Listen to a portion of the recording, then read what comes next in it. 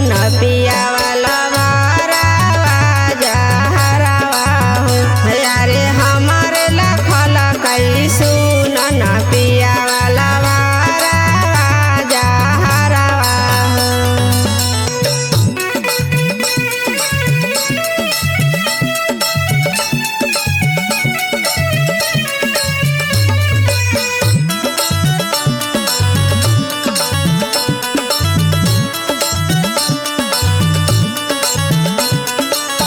हमहु लभरावेला रही रोज कानी सुन न पिया कहे तोहर पूनम रानी।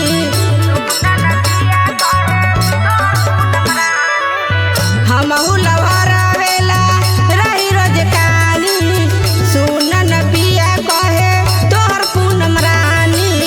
करी के फोनावा सुन नमुनावा देला कई खबरवा हो करी के फोना